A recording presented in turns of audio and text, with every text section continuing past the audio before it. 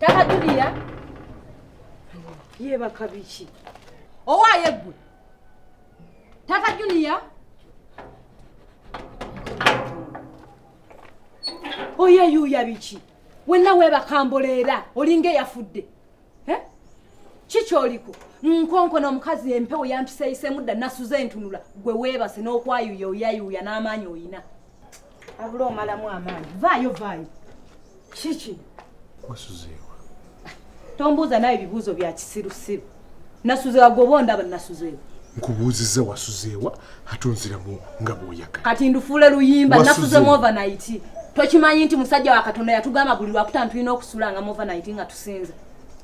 Kati ekyo nakyo nkigambe bugambi nkiyimbe buyimbi. Gorete, nayogera ntya kusula wabwera. Nakugamba toddamu kusula eyo mu kyakizo n'okera n'ongamba musimani nasuze wa musajja wa Katonda. Nenkikkiriza. Nakigaana kitegeeza yensonga lwaki n'olwaleero nagenze era nkomyewo. Kuvadde nga njogera ebintu wano n'obigaana. Saagala kunnyumiza byakugaana ekyo kyera naawe wakirabanga feesi yange tekikkiriza wadde kyakulema otegeera. Okiwulira nze eri gyembeere wa musajja wa Katonda atuwe ssaala. Okiwulira kino kyonna kye tuli ssaala ya musajja wa Katonda. Musajja wa Katonda yakuwa ssente laba bwayayuya. Yatuwa ssente ne tusobola okuba nga tusobola okuyimirirawo mu mbeera nga gye tulimu. Okiwulira ate bino by'oli byansi. Titugende mpola musajja wakulira yakuwadde disente n'ozireta mwene ennyumba. Tekyetaagisa zinkwasa mu kati azituwadde. Essaawa zatuwoyo omusajja aleka n'okulya. N'asaba n'asiba n'agenda mu lusozi omanyi amaanyi g'alina. Ng'asibira gwenda yeesibira. Amafuta g'alina. Gwe nnyabo. Kuno kwene ennyumba sirabangako tofaali nga Sara yerimpadde. Sifunangako sente ne baŋŋamba Sara yakuweereza sente. Kati gw'oba olinda byakuwa sente zikuleetera okyebase zuukuka. Tegeera ekigambo kya Katonda. Goleti njagala owulize bulungi. Ate saagala njogere ng'onziramu ebyo by'oyagala ebyo. Gwontabula nakugambirawo nze ekikwatagana n'okuŋŋaana okugenda ku kyaki. Ntabukera oba oyagala okulaba obubi bwange kati ddamu okinyegeko. Kakati nkubuulira. Ku bufumbo bwo ne kyakiyo ojalondako kimu. Nondako kyaki ekyo kimanyi. Ate ogalawo olagawo. Ogalawo. Eno ye kyaki? Nyumba nkomyewo wange. Why? Wanje? Nkomyewo wange. Gwenno Goleti katuyagala kuntabula. Saagala oletere kukola kisaagala kukola. Atombuze nawe ojja kukola. Goleti saagala kugenda naye ng'onziramu nga bw'oyagadde. Saagala kugenda ng'onziramu nga bw'oyagadde. Owulidde? Bw'oba oyagala nnyo kyakiyo musajja wa Katonda kwata ekkubo gy'oba olaga. Lwaki okomyewo wano? Why did you come back? Genda tonsumbuwa nze mpire.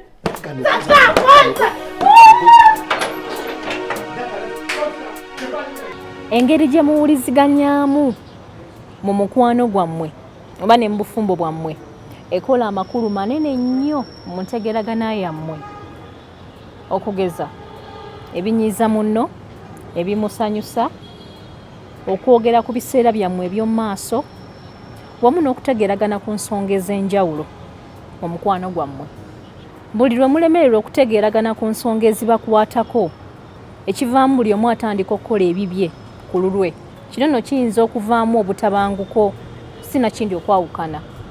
Okimanyi nti osobola okukwata omuntu mpola n'obugumiikiriza okutuusa ng'omukkirizisizza ky'oyagala nga tokozesezza kifuba ng'omukyalo ono.